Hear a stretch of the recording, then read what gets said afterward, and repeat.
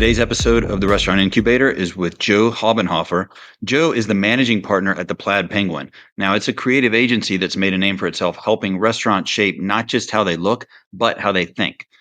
Based in Charlotte, Joe works with everyone from first-time restaurateurs to national hospitality brands, helping them clarify their vision and tell a story that connects. He understands the challenges that come with opening a restaurant and brings a strategic, brand-first lens that can save owners time, money, and prevent missteps. Today, he's here to share with you what really makes a concept stand out and how you can build a brand that works from day one. I'm interested in hearing from him why restaurants should spend money on branding when there's so much other stuff that they need to spend money on. Anyway, enjoy today's episode with Joe Haubenhofer.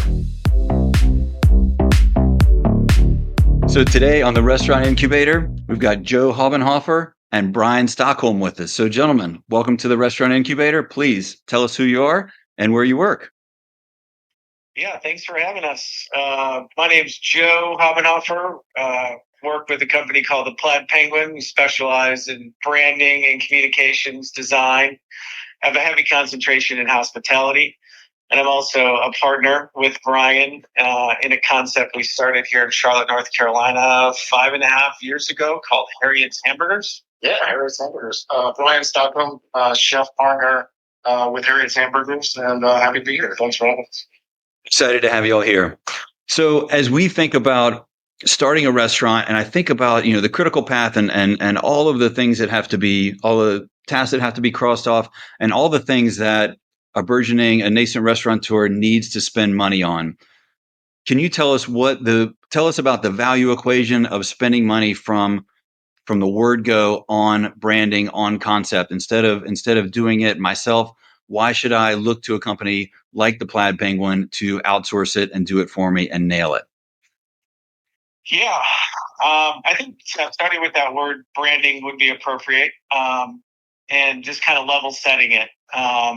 So branding, when done correctly, is the intentional shaping of how people feel about and recognize in your business, right? So inside of the restaurant, it goes beyond the name or the logo. It's how people feel when they walk in, how they order food, how they talk about it with their friends. In a crowded market, branding helps restaurants stand out, build loyalty, justify its value.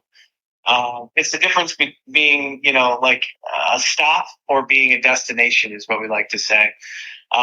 So using like an everyday metaphor for clarifying what branding versus marketing is, or what a logo is, I'd say logo is your outfit that you wear on your first date. It's what someone sees first, but it's not really what makes them stay.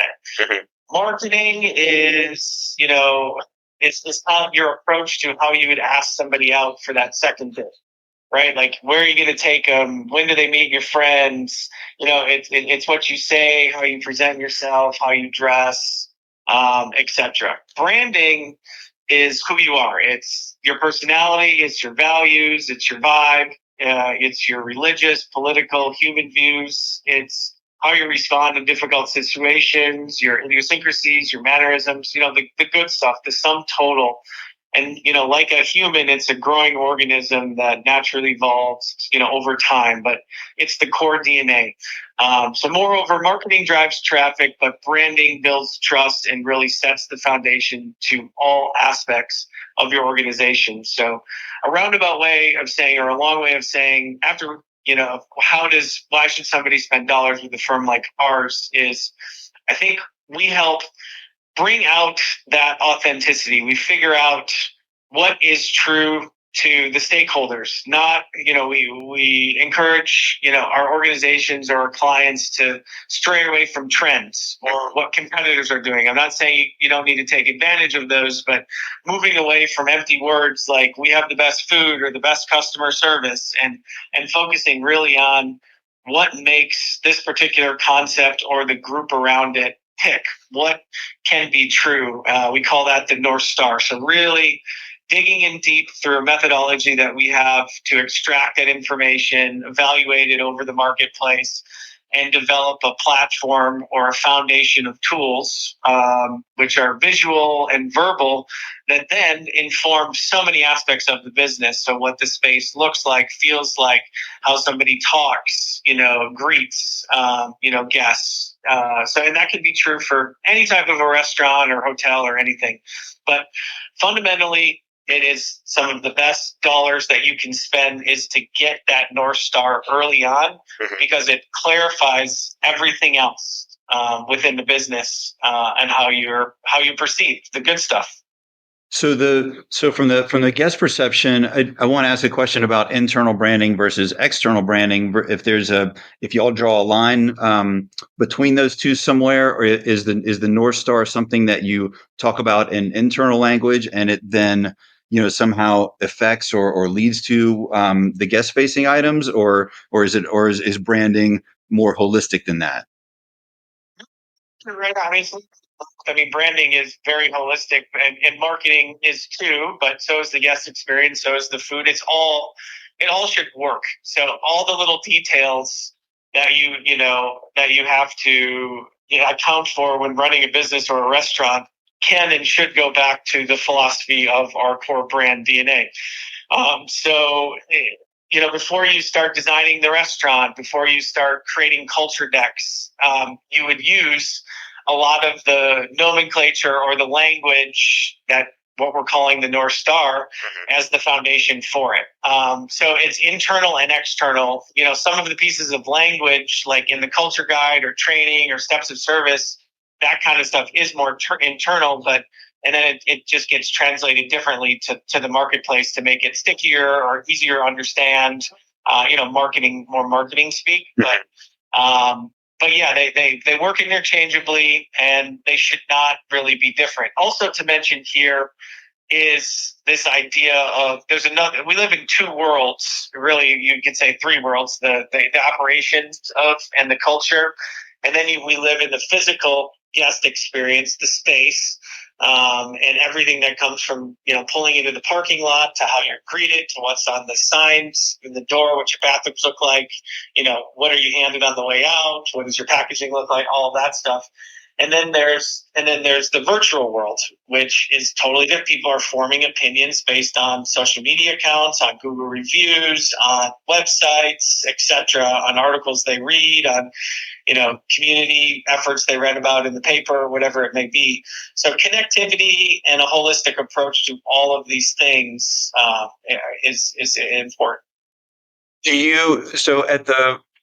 At the marketing firm, do y'all have would y'all have a different branding approach for B2B clients versus B2C clients? So maybe it's a B2B client that only needs to make 6 software sales a year versus a restaurant that needs to do 60,000 covers a year. Is there a different approach in those two types of clients?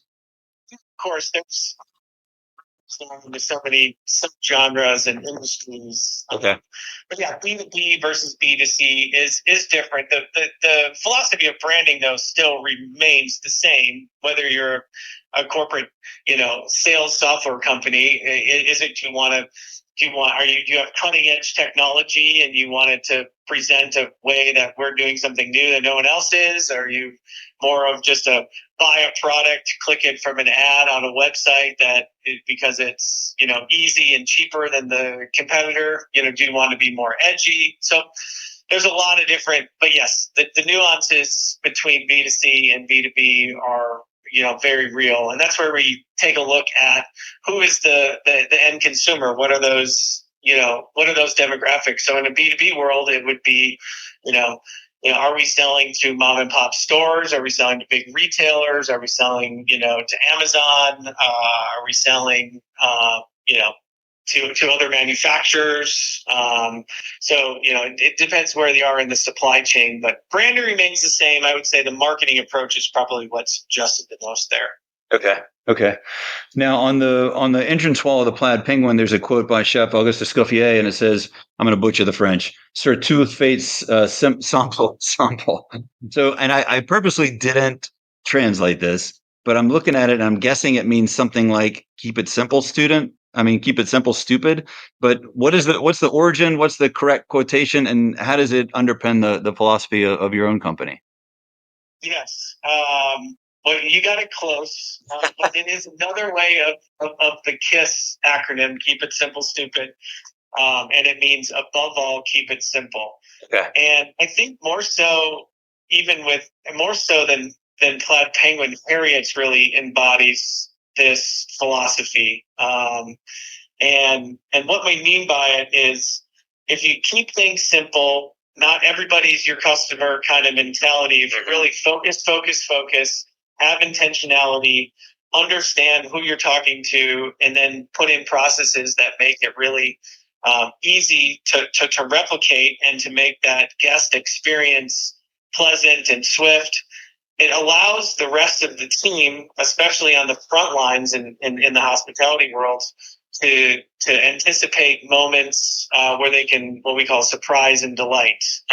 To find opportunities to really think about how can we engage and meet our guests where they're at. Brian, do you have any? Yeah, I mean, it is right. When you go with just keep it simple, you're really just kind of taking away all the noise. You're taking out all the variety. It doesn't mean that it's simple in its nature, because simple is very hard. Mm-hmm. It means you're really dialing in and focusing on the points that are really what kind of Joe alluded to earlier. The difference between a logo and branding is it genuine and is it authentic? When you cut away all the noise and it's just be simple. And in any of those versions, now you're getting really to the meat of the bone where hospitality really lies and where emotional connection really comes from. Outstanding. Yeah. That's right. And go ahead. Everything we do, if it goes through that lens of just being genuine and authentic to ourselves and our brand and keeping it simple, it doesn't mean that our techniques are simple or our processes are simple. It just means that we're really getting to the heart and the soul of truly what makes Harriet's dynamic. I love that. I love the example or the metaphor that I always use for the food at Bluebird, our French bistro. I say, look, if I hand you a pencil and a piece of paper and ask you to draw a perfect circle, or ask you to draw a circle, it's simple, right, to draw a circle, but it's not easy to draw a perfect circle. And so it's a different flavor of the same thing. And Chef Brian, your menu at Harriet's is focused. It's familiar, but it's also unique without being. I didn't think it was staid or predictable. I thought it was really cool, but I'm also curious. Like, what are a few items that almost made the cut on that menu, but had to be left off? Yeah, that's a good question. I know when we first went, it was in a food hall, so our original space was 560 square feet. So dialing in the menu was not only what we were trying to create, but it was functionality at the same time. In our original menu, we only had just what we call now the OG, which was our perfect vision of what America's favorite sandwich is. What's an iconic hamburger, and for us, it was always a squishy bun. All about the meat. Creamy, American cheese, but we went with white American shaved red onions and pickles. Like, we knew that was going to be true. The only options in the beginning were cheese or no cheese. We didn't have any other sandwiches. So you want to talk about simplicity? It's fine. And we did, we knew that lettuce and tomato is super iconic for a hamburger. But being the chef mentality and our focus and what we believed in, we only ran from Memorial Day to Labor Day what we now call the Royale, which was our lettuce and tomato version when tomatoes were actually in season, and ran those, for the first 3 years of operation. We only did it during the summer months, and that has now made its way to the menu because of demand, until we perfected it till it was to perfect. But as we expanded into some larger locations, being that Joe and I are both huge cheese fanatics, and kind of how we got introduced years ago, we do cheese curds, which are absolutely amazing. We've added beer and rosés and some other things, but we keep it real true to the core. We're just a hamburger, at the solid core. We keep it to that and don't try to be every other trend that's happening right now.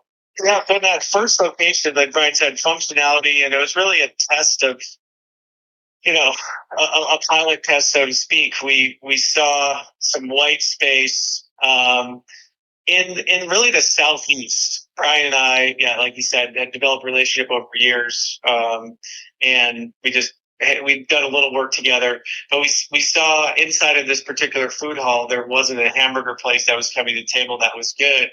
And with Brian and I put our heads together and we said, okay, so we know we want to create a hamburger place, but we don't just want to say we sell the best hamburger. We want to sell one hamburger, one fry, and one drink, and we think this is the perfect, space to do that.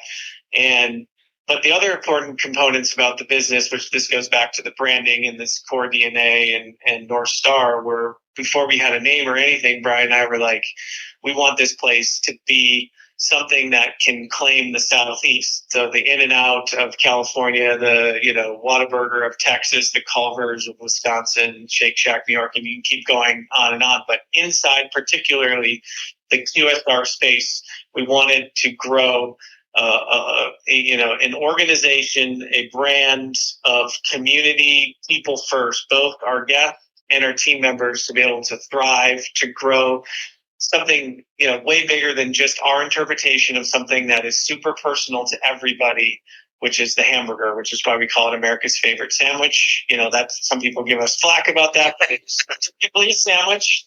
And 80% of the beef in this country are consumed in the form of a ground patty. So we saw there was a lot of opportunity, but we knew we didn't want to win on saying we had the best burger. We wanted to be a people, culture first organization. And there wasn't anybody in the Southeast, and we're in a pretty big city here in the South. And so we wanted to try it out in a food hall, and we did, and it worked wildly successful with those 3 menu items. As Brian mentioned, we put a couple other items on the menu, but we still kept it really short and streamlined. But to answer your question about what items got left off, during that 3 or 4 year period while we were proving our concept and looking for other locations, we were just thinking about different things. Just naturally, we like to tinker and toy around. More things that lean a little bit healthier, like a vegetarian burger or like some side salads and stuff. And while we would make a delicious, truly homemade, fresh roasted vegetable, offering and some really good, vibrant summer salads, we were just like, it just didn't make sense. We wanted to be true to our core about just be good, at what you do, and be good at other people, be good to other people. And so those menus items didn't really make it on there, but we talked about them. Hey, y'all, real quick, if you want the tools that I wish I had had when I opened my first restaurant, when I planned, built out, wrote the budgets wrote the business plans for my first restaurant, the tools that can get you off and running on your own project, click the starter kit link in the show notes. Find what you need for less than the price of popcorn and a movie ticket. Back to the show. Got it. All right, thanks. Well, you anticipated my next question, which was how did the concept start? What conversations did y'all have about entering a crowded marketplace like the burger marketplace? But you saw an opportunity, and so I understand the approach. I think that's wonderful. But I do want to know, where does the name Harriet come from? What we alluded to earlier is branding is a lot more than a name and a logo. So Brian and I had a conversation. So this is what's the cool part of our story, I think, is the partnership that we have. So, Plaid Penguin, which is my baby, we have a heavy concentration in hospitality. I've worked with a lot of different clients. Brian and his partner had been in the restaurant industry and had their own concept, a grilled cheese concept, which they still operate, called Papi Queso. And his technical abilities making something so simple, like a grilled cheese, the way he makes them, I was in awe. And just their overall philosophy of life, of hospitality, and treating people well. So I immediately went to him. The food hall was a client of Plaid Penguins, and so we knew that there was some rumblings. And he has a location inside of Optimus Hall. So I went to him and I was like, "Hey, buddy, you want to create all the stuff I just said, a hamburger place?" And he was like, "Yes, yes." And so we just hit on every cylinder.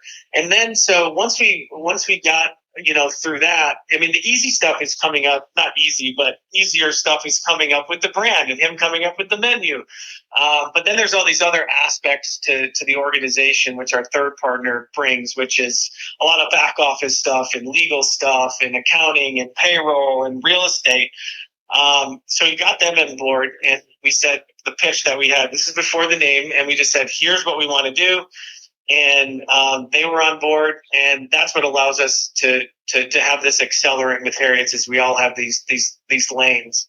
But the name itself, we knew we wanted something that was kind of nostalgic sounding. We knew we wanted to use the word hamburgers. That's just to separate from burger.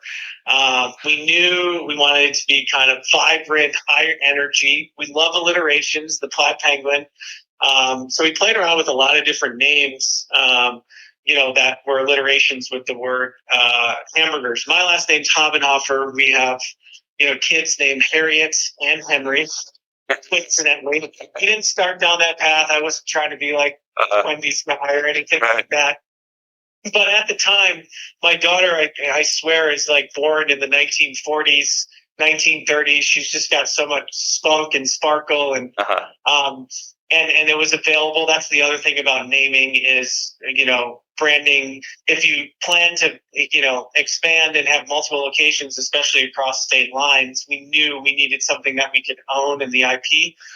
So it was a combination of a lot of things, but really the name, whatever we have named it, hence the branding is an evolving, growing thing.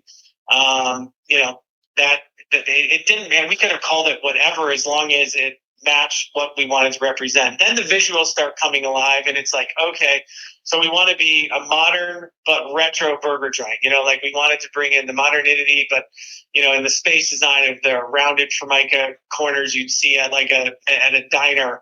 And we knew we were inspired by the Jetsons, so the character, but we wanted to add a little bit of a flair, and we developed a whole, a cast of superheroes that go around the community and do good. And so then with Brian and I talking about we want to do good in our community, we have this superhero, cast led by Harriet, and she goes around and does good and inspires kids. And, so there's a whole program around that. But that's just an example how just an idea of what's core to us and what we want to do. And then it's like, okay, so we want to do that. We need a vehicle. Okay, so now we have a name, Harriet. Let's make her a character. Let's give Harriet a cast. Let's take that cast, bring it out, and inspire good and promote, just happiness. And that's where happiness and hamburgers, was. Yeah. And then to keep it simple, it was just be good. And we mean that as a double entendre, just be good to others, and just be simple, just be good at what you do. Nice. I like the double meaning there. Well, there's definitely one side road that I want to go down. And Chef Brian, when I think about, think of all the soccer dads out there who are making grilled cheeses on weeknights. What steps are they missing, and what are they getting wrong in their grilled cheeses at home?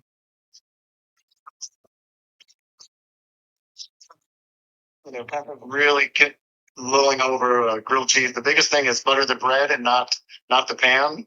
You need less butter than what you really think you need. And then blend a combination of cheeses. A lot of times we just use our favorite cheese, but if you blend a hard cheese with a softer cheese and something that has a little more flavor, that's when it really kind of comes out. Season it just like you would anything else. A little bit of sea salt goes a long way when it comes to a grilled cheese, even though there's already salt in the cheeses. It's really comes down to melting it at the same rate of time that it toasts. If it's too toasted and not melted, it's not a grilled cheese. And if it's melted but the bread is not toasty, then that's the tricky part. So blend the cheeses, butter the toast. That's my advice. Okay, excellent. And one more. Are you using like a sturdy Pullman brioche for yours, or what kind of bread are you using? I would say it's a pan to me Pullman loaf in a closed pan, so that it creates nice tight drum. So just you get that edge to edge, corner to corner. We use a high butter fat. We mix in just a little bit of mayonnaise into the butter itself with a little sea salt, and it just toasts up just golden brown and delicious. Yeah, nice. Yeah, that's one that. Go ahead. Yeah, I was just going to say, I mean, he's just giving him for the soccer dad on the weekend. Flavor profiles, I mean, this is where Brian and I truly fell in love with his mushroom, Gruyere, truffle, situation. It was just like, and then I noticed in his back, he had those bacon weights. Yeah, the bacon presses. Yeah. He had custom made. Oh, Talks about the meltability. very specific weight. Different one. Oh, nice. Yeah, they all across the flat top. You need them to cook it all the same rate, but if they're different thicknesses or have different amounts of ingredients inside, different weights would do different things to different sandwiches. So, our signature one forever was, we'd pan roast every kind of mushroom we could get our hands on. Some roviola with shallots and truffle oil and. It was just gorgeous. Gruyere, you can't go wrong. Some butterleeks, and we take grilled cheese and kind of take it to a whole other place, but keep it nostalgic at the same time. No, that sounds incredible. I would love to see a chef roll up with instead of a knife roll, he comes up with four different bacon weights to the kitchen. That's very cool. Very cool. Well, with Harriet's Hamburgers, it looks like y'all have a lot of rewards members, social media followers, and email subscribers. Which of those channels leads to the most conversions? Do you think? Where do you how do you differentiate between what messages or marketing you send to each channel? Yeah, that's a great question. As I mentioned earlier, the two worlds. We have the digital realm and the physical experience. So we try to be very cognizant of both and having those connectivity. And because if you go to Instagram, for instance, and you see just perfectly manicured photos and no behind the scenes videos of the team or the food, and then you get there and it was only from this one photo shoot of this one package that you had custom made but don't really do that every day, they just have to connect. But in terms of the channels, we break them up into three categories. So the ones that you just mentioned, social media, rewards, email subscribers, those fall all under the owned category. And so that means that these people have opted in, they're fans, they want to see our emails, they're following us, right? Then the next channel would be earned, which is things like review sites, Yelps, Google, your community efforts, your public relations, your PR, that kind of thing. These channels are important, but they're distinctively different in that people aren't necessarily, they might be engaging with them, but they're not necessarily following them. They're just seeing some of the stuff. And so that's why we call that the earned category. So it's the good faith kind of stuff. It's in the background working. And then the last channel is called paid channels. So this is more traditional advertising dollars if you do it in a coupon book, or it could be digital ads, anything where you pay dollars for somebody to get exposure.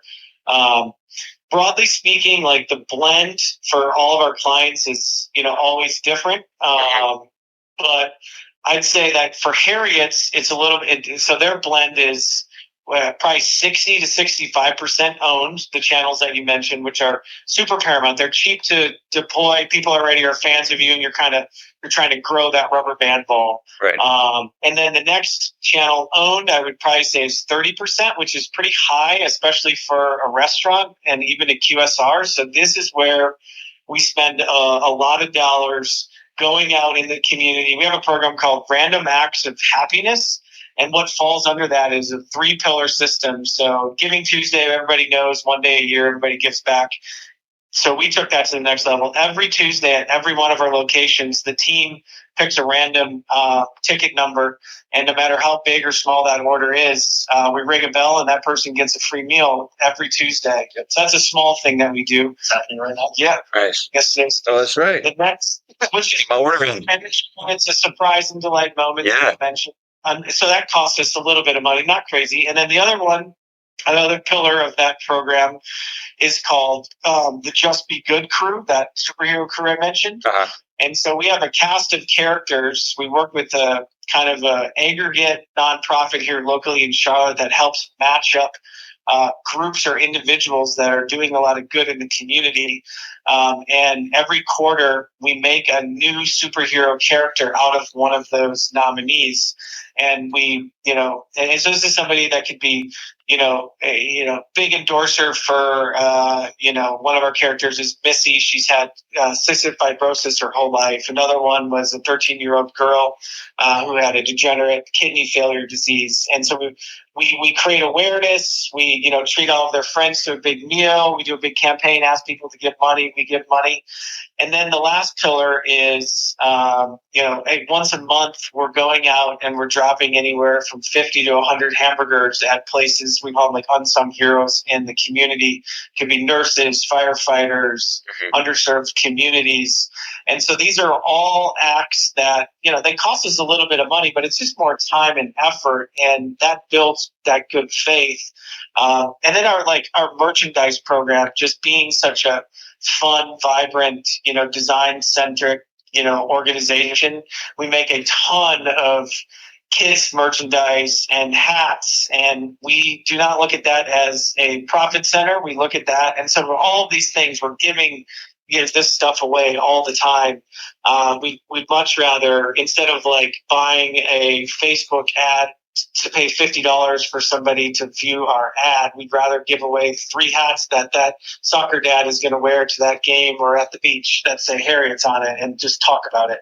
So, and then that last channel, which was paid, which is only about 5%. So to wrap up your question, which one, produces the most conversions? It's kind of hard to say. I mean, we're looking at analytics, but I think that physical space aspect of that guest experience, and them hearing about it from a friend that was wearing that hat, to seeing something cool that we posted on Instagram about us dropping off hamburgers to, underserved kids, all of that stuff just works in conjunction. We call it a rubber band ball, and it just grows over time. So I think the ultimate answer is not one channel. It's paying attention to all of them. And feeding them with different effort and resources, but it has to be just like branding, holistic. Okay. Yeah. So merchandise is literally, if I'm understanding you correctly, like a marketing line item on your P&L. It's not a profit center, revenue center. Yes, exactly.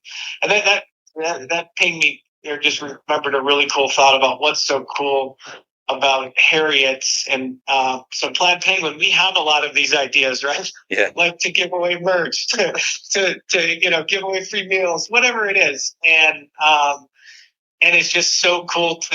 A lot of our clients, we see resistance because it's untraditional, or they look at it like, no, we shouldn't do that. We want to, give a coupon for 20% off. And in our philosophy at Harriet's, and very much at Plaid Penguin, is the more you put out there, the more you get back. Not we can buy customers or buy guests. It's not transactional. It shouldn't. And so, yes, you're absolutely right.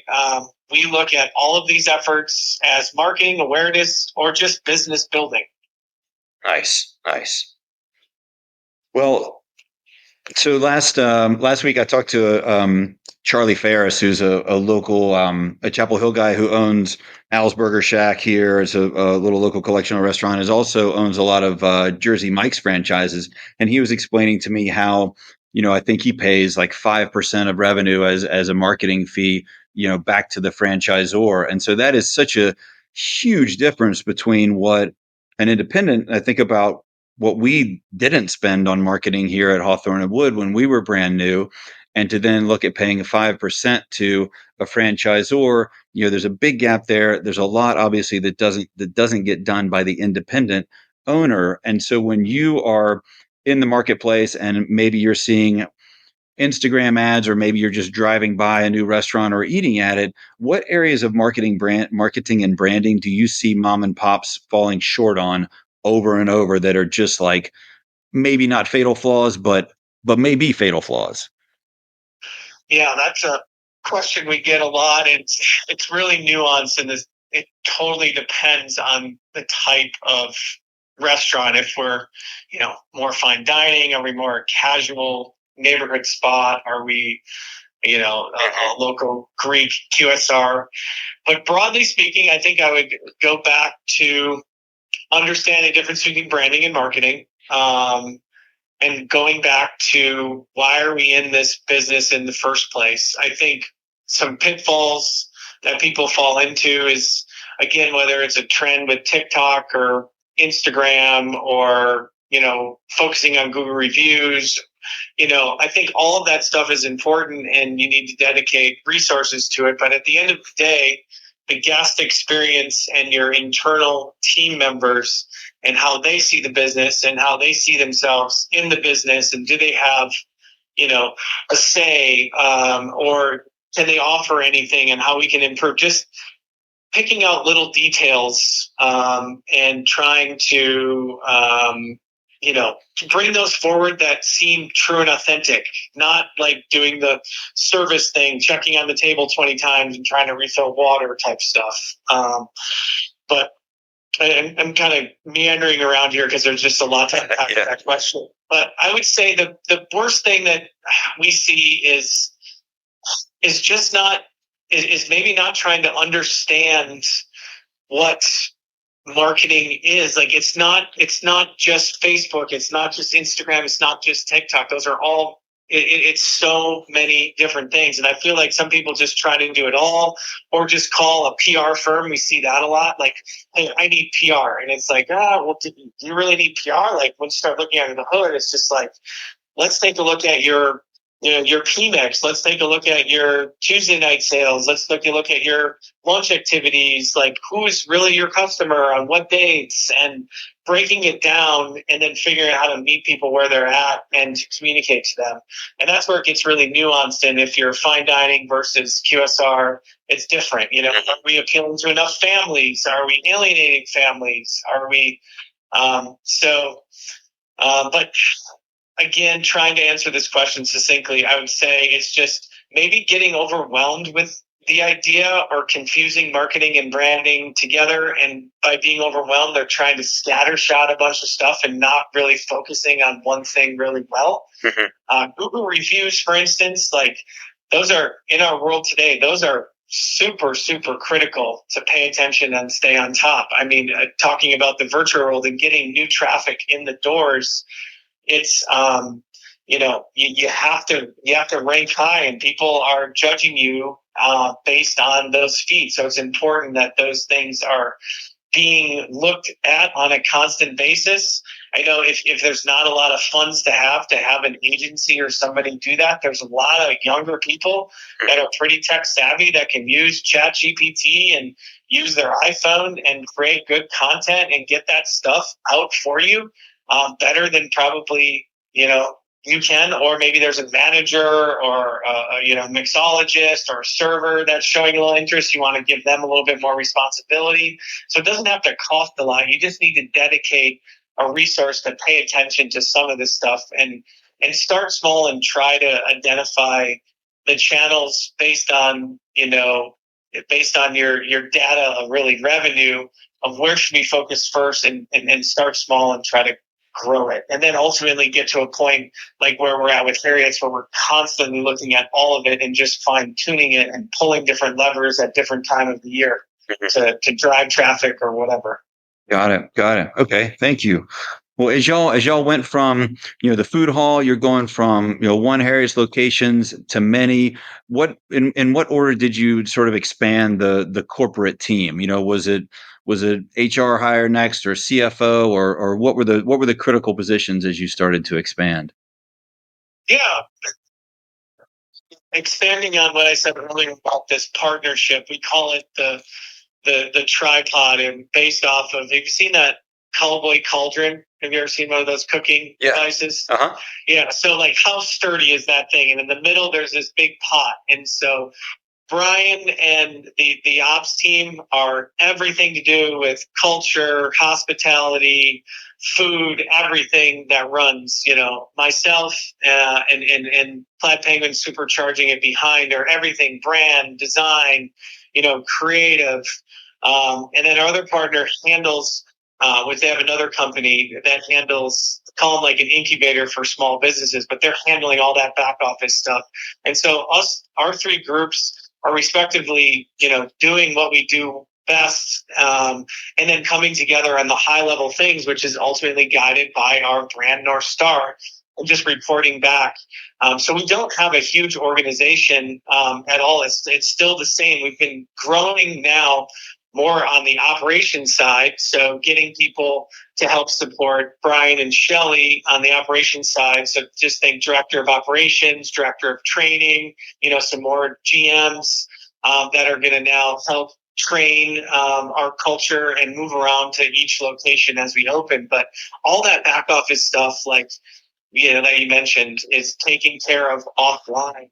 And so that's why we're unique. And so if I was giving some advice, is that, as you mentioned, like this business is a game of pennies and small percentages. And so it's so daunting to have to allocate so much to marketing or to other places and to hire internally, is to maybe look at figuring out who could be potential partners that really offer true value, that can take a lot of that off of the business. So that, and if you have to give up some of the business, it's worth it. The analogy of having a slice of a watermelon versus a slice of a grape is perfectly appropriate here if you all are aligned. So yeah, we haven't. We're still figuring it out. And in terms of expansion and growth, we've been able to just, kind of build it from within on the operations side, from a corporate level. If you're looking at it from that, we have the strong cauldron, right? So it's like we continue to just build from underneath and backfill in. Like when we just opened Concord location, we took a GM from one location, a chef from another location. Each of their assistants we had already groomed for the last 6 months. So we're constantly building that culture from within in the leadership team, so that when we go into new locations, then we're just bringing the new team to the forefront and giving them the tools and the resources to do what it is that they do best, and just take care of guests. Nice. But we're constantly just bringing, from underneath, developing chefs and future leaders, shift leads, and prep positions, you name it. We're constantly just it's a very unique business in that we can bring in, sometimes I've got some great chefs now it was their first ever job, and they're now our main grill person, right? It's just having something as simple as what we do with such strong processes, we can really build that leadership team for them. Yeah, that's a good point. And we've attracted, since we've been around now, not just like a startup, we're attracting people that are coming from full service, both chefs and front of house, that are like, man, I want to get on this ship. Like this is pretty cool. So that part's been really cool. That's like one of those tenets that when Brian and I first sat down, we said we wanted to create a place where team members could grow and thrive over a long period of time. So seeing that come to fruition is really cool. I mean, because we got the food part set, we made the brand, we're in the community. So now this is like finally starting to come to fruition, where we have people that are being provided opportunities now to make a really fun living. The cans, but the will but can't. We get a lot of those that we can train and bring up, and they're super loyal. We don't have a high turnover rate. It's pretty amazing to see. Yeah, that's wonderful. I think that there are very few things that are better for morale than being able to promote from within. It seems everybody's super excited and moving forward. And at the end of the day, we're just throwing a hamburger party every day and inviting people into our home. It's pretty. Yeah, we get up every day and say, let's go make people happy. It's not hard to succeed. Well, and on that note, and the internal culture, I was really impressed by the framework that y'all had set up for your team culture. I have a hotel background, I have a private restaurant background, so I've sat through a lot of HR meetings and read a lot of handbooks. But I was really struck by the bullet points of your team culture documents, and each of them was basically a few nouns and some action verbs. It wasn't nebulous stuff. It was like actionable items, and it was so refreshing. So is that something y'all came up with, with a blank piece of paper? Were these hatched? Yeah. How did that come? How did that come to be? I think it seemed to be with Brian, and again, one of those three tenets. If we're going to be good to people, we got to have the right people. We got to be intentional about it. So it started with the brand, but I would give more credit to Brian and his team for sure, is to help fleshing that stuff out with his background and experience. I think the only thing I probably do is like, yeah, we need to have good team members that are good people. And I want to use the word hamburgers. That was about it. But yeah, Brian, I think he can trying to find the yes is what that really resonated with me. He's always been like, always find the yes. We don't accept no in our culture. Yeah, I love that. We had to boil it down to, I mean, obviously there's a lot more beef behind this. We're still refining our training process and how can we make it more fun and exciting and efficient and, high energy. But at its core, those 5 things, we did want to stay true to our promise. Let's be simple. If you remember anything, find the yes, meet people where they're at. We serve hamburgers, be good, it's not. It breaks it down. It makes it so much more simple. Instead of having a mission statement that's 3 pages long and then even breaking it down to, the credo culture or any of that kind of, it's if you look at the lens of just be good or hamburgers and happiness, if you focus through those lenses, it tells you everything you need to know and how you need to act and how you need to be. And it just dictates everything we do. And it comes back to, just being true and authentic. And if it all resonates to the entire brand, that's when it really resonates with everyone that walks through the door. Yeah, I just loved it. It just made me think of some old hotel one or something that's like, we are here to create memorable experiences worth repeating, blah, blah, blah, blah. And it's like, oh my God, like there's just, there's no word in those old. Worshiping someone to impose them on your team, right? Like our whole tripod believes in these 100%. So that really comes true. That's so cool. And it's stuff that you can point to and it's stuff that you can do and you can set the example. And I just love it. Yeah, it's cool to see it all. I bet. I'm sure it lives and breathes in the restaurants every day. Just before this, I was at one of the restaurants and I was actually working the fry station, having a great time. Just the interaction of people coming up and just, thanking the team for just providing just that moment of the day where they're just like, man, you always make me happy when I walk in. It's like, that's our biggest reward right there. That's awesome. Well, last question for y'all. So in your ideal scenario or in an ideal world, how far and wide does Harriet's Hamburgers spread? I think to be determined. We're not one to try to get above our skis, but again, going back to we want it to be recognized in the Southeast. I think that 3-4 state area makes a lot of sense for us. We're still in this phase of, we want to call it 7 to 10 stores operating kind of in and around Charlotte and maybe a little bit outside of that, where we have just everything super, super dialed in. And then we're going to kind of figure out the next chapter or phase. We get weekly inquiries about people wanting to franchise, but we're not quite ready to go there.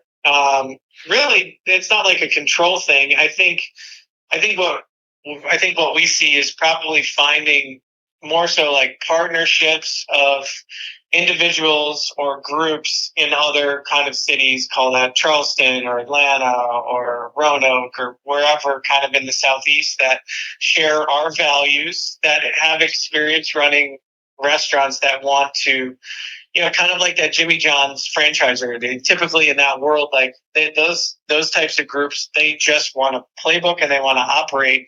But like you mentioned, they're pulling money on a monthly basis for a variety of costs, and we don't want to suck money out of the business. I think if we can find the right groups that want to, partner with us, we can give all the support, the training, the store design, even location support, and just have them be true operators. Mm-hmm. But time will tell. We'll see what happens. But call it, I don't know, but I mean, sky's the limit. I mean, as long, we just don't want to, we don't want to be one of those places that starts to get diluted, by the quality experience. We'd rather have smaller and just special, well-run establishment that can be around for a while.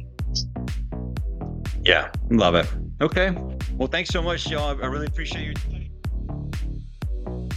Thanks for tuning in to the Restaurant Incubator today with Chef Brian Stockholm and Joe Haubenhofer of Harriet's Hamburgers and the Plaid Penguin in Charlotte, and maybe coming to somewhere near you in the Southeast. If you enjoyed today's episode, please hit that drop down. Give us 5 stars on Apple. Give us 5 stars on Spotify. Your rating will help us reach those people that we need to connect with, that need to hear from us when they want to open their restaurant project. Better yet, hit the share button.